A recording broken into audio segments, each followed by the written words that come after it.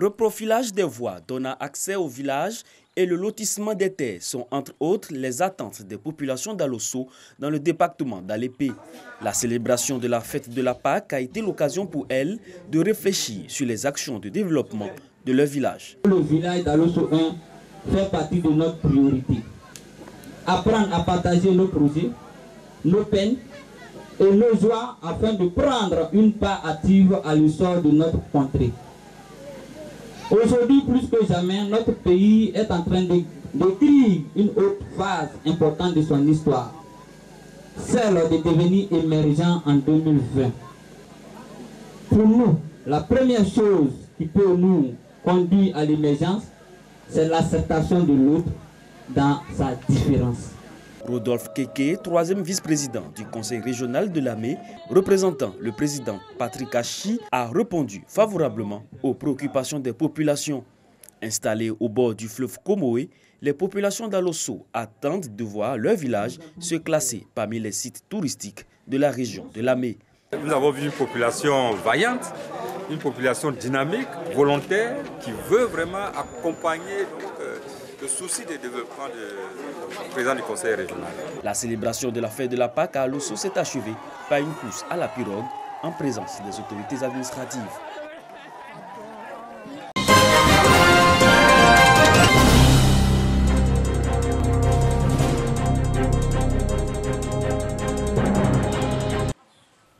Kankro, l'après-midi de dimanche, jour de Pâques. Ce village de la région du Bélier dans la commune de Toumoudi a sacrifié à la tradition de Pakinou, la version de la fête de Pâques chez les Baoulés, peuple du centre de la Côte d'Ivoire. De toutes les régions du pays, les filles, fils des 4 de Kankro, ont répondu à l'appel de leur village et honoré leurs familles respectives de leur présence. Je viens de Boundiaï. J'ai trouvé la fête belle. On a des cousins, on a des camarades que ça fait peut-être 5 ans, 10 ans qu'on ne s'est pas encore vu. On se retrouve ici. En tout cas, vraiment, j'ai vu certains amis même que ça fait 5 ans, même 7 ans qu'on ne s'est pas vu, on s'est retrouvés. En tout cas, vraiment, c'était joli, c'était beau à voir. En tout cas, vraiment, on s'est éclaté, on s'est amusé. On peut dire que c'est un retrouvaille. C'est une réconciliation. Quand il t'a offensé, on te demande pardon.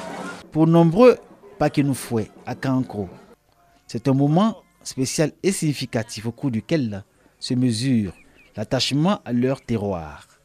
Manifestation de ce lien fort, renouvelé chaque année à la même période, les réunions de famille et les rencontres personnalisées qui ont lieu dans chaque habitation et où les femmes, aidées des jeunes filles, préparent soigneusement tout l'accompagnement gastronomique nécessaire qui va donner de l'éclat et de l'envergure à la fête. J'ai fait de sauce arachide avec foutou banane et puis du bon plat de poulet avec riz gras sauté. En tout cas, il y a tout dedans. Les enfants vont bien manger aussi.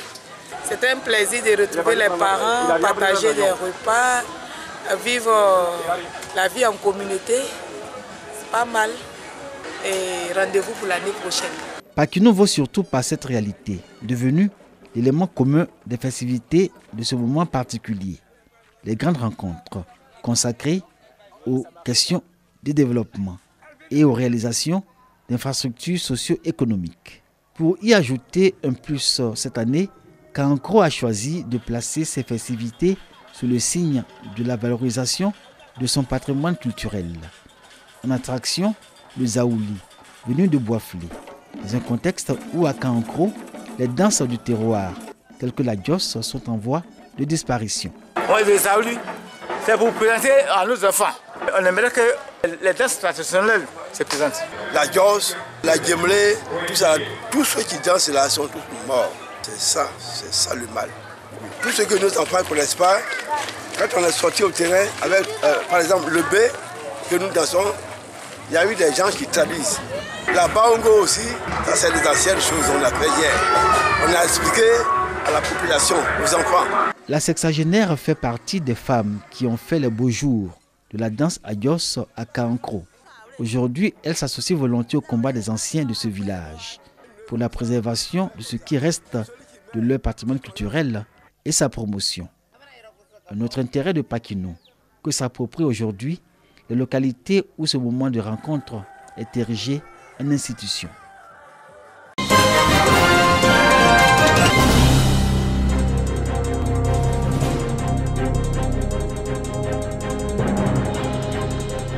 L'intégration transfrontalière entre la Côte d'Ivoire et le Mali se consolide.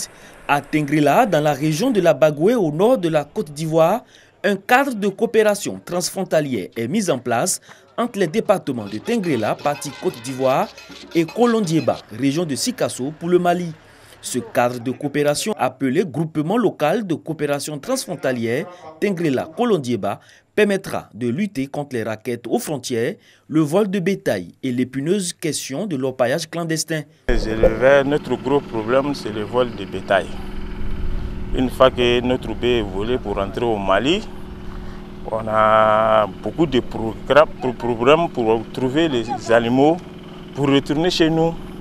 Donc une fois que ça rentre ici, tu vas venir regarder tes animaux, voir avec les volets, c'est difficile pour te remettre. Le phénomène de l'orpaillage illégal, qui est véritablement un cancer pour nos deux économies. Alors nous avons réfléchi pendant 2 jours, des propositions pertinentes ont été prises en compte. Ces propositions seront déposées sur les bureaux de nos différentes hiérarchies, afin que des ordres soient pris pour éradiquer de façon définitive ce fléau qui détruit notre économie. La question du genre occupe également une place importante dans la mise en œuvre de ce cadre. Le gouvernement ivoirien, pour sa part, entend augmenter les prêts octroyés aux femmes pour leur autonomisation. Autre temps fort de cette rencontre de Tengrela est la promotion du sport à travers une marche de santé au profit des personnes du 3e âge afin de sceller les liens entre les deux communautés. Une volonté des deux chefs d'État qui vient une fois encore renforcer les relations d'amitié entre les deux pays.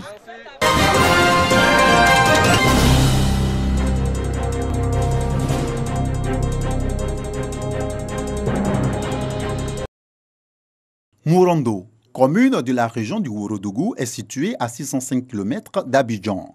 Ici, le développement s'appuie sur les valeurs culturelles. Le Mouniniba, le Didadi et le Kourisi-Kourani sont des danses qui traduisent la fierté du peuple Koyaka.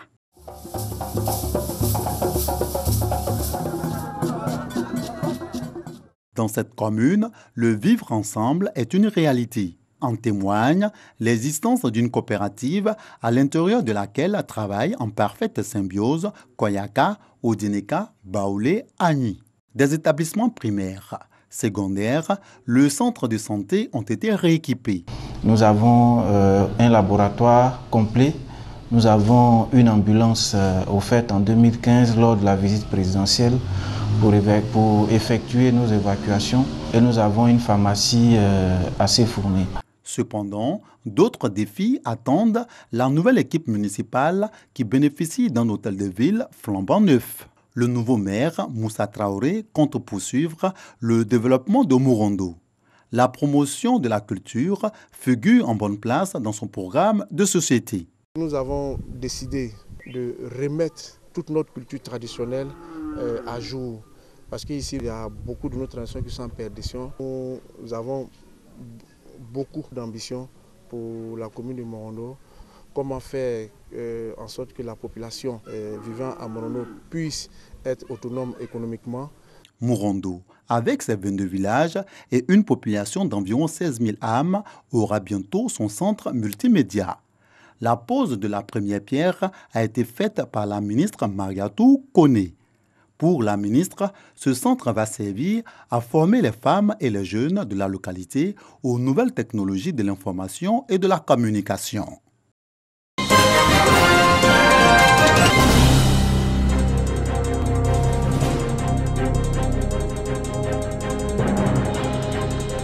Yamoussoukro, capitale politique et administrative, accueille le congrès de l'Association syndicale des agents du Trésor de Côte d'Ivoire. Les congressistes venus de tous les démembrements des structures du Trésor se sont réunis pour échanger sur l'amélioration des conditions de travail des agents. Nous sommes un jeune syndicat. Nous avons bien perçu et bien percuté les messages subliminaux qui permettent, au travers d'une matrice commune, de tous les syndicats de porter les préoccupations des agents dans un cadre institutionnel. Le représentant du directeur général du Trésor et de la comptabilité publique a invité les syndicalistes à contribuer au rayonnement de la structure.